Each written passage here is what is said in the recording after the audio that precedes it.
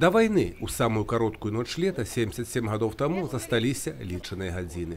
Увечары военнослужащыя брэсцкага гарнізона займаліся сваёй штодзённай справай. Такім у памяці сведкаў захаваўся апошні мірны вечар у крэпасці.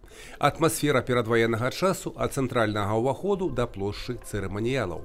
Кожны год тысячы людзей прыходзяць сюды, каб успомніць тых, хто не вярнуўся, і ушанаваць памяць аб тых, хто здолеў выжыць і здабыць перамогу. Толькі каля 20 афіцыйных делегаций с далекого и близкого замежа приехали в этот день в Брестскую крепость-герой. Мы приехали из Калининграда, чтобы почтить память людей, которые отдали жизнь за свободу и независимость нашей Родины. Для нас поездка в Брест, участие в этом мероприятии, это как раз тот случай, когда в многонациональном своем составе мы приехали сюда, чтобы почтить память тех героев, которые здесь воевали, многонациональных героев, и погибали здесь, защищая Брестскую крепость.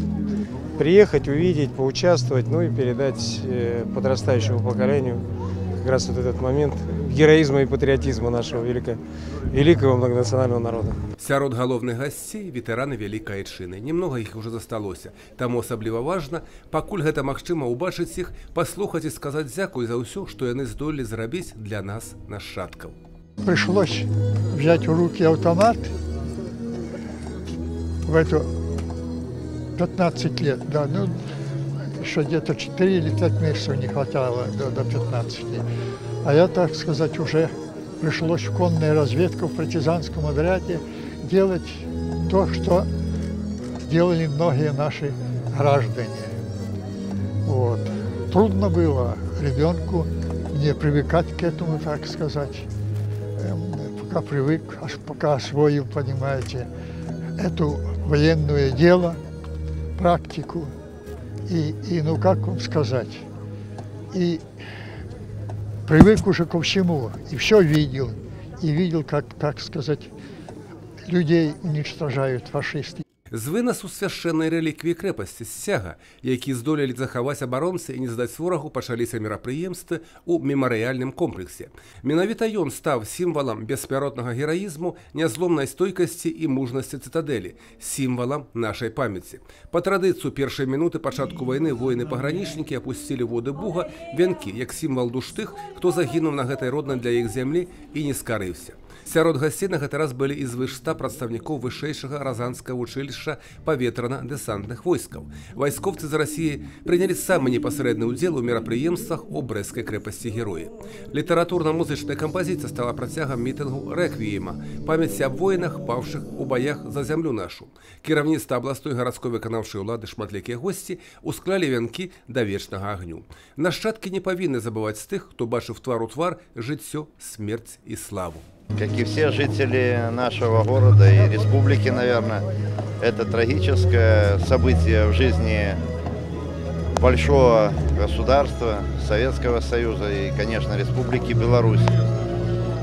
Но вместе с тем здесь, в этот день, вот в эту ночь, в первые часы войны, было показано нашими воинами мужество, героизм проявлен.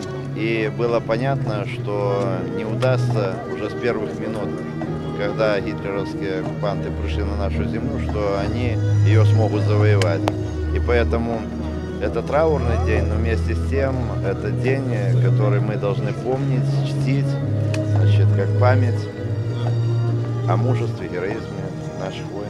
У гэтую ноч фінішыравала эстафета да стагоддзя пагранічнай службы Беларусі. Старт ёй быў дадзены 28 мая ў Мінску. Пограничники Республики Беларусь совместно с другими структурами, министерствами и ведомствами обеспечивают сегодня национальную безопасность Республики Беларусь. Пограничные войска, как одни из немногих, находятся в постоянной боевой готовности. И эту готовность нужно постоянно поддерживать на должном уровне. А на світанку ў крэпасці ізноў пачалася стральба, раздаліся выбухі снарядаў. Больш за 500 рэканструктараў з 11 краін свету на кобрынскія ўмацаванні аднавілі першыя гадзіны вайны. Ключавыя моманты з поўнай дакладнасцю. На гадзінніку 5:15. Крэпасць вядзе бой. Ёсць параненыя і загінуўшыя. Ваенна-гістарычная рэканструкцыя праводзіцца ўжо ў 7-мы раз. Відовішчнасць і рэалістычнасць рэканструкцыі штогод прыцягвае вялікую колькасць гледачоў. Юрый Петур, Александр Воронин, телерадиокомпания «Брест».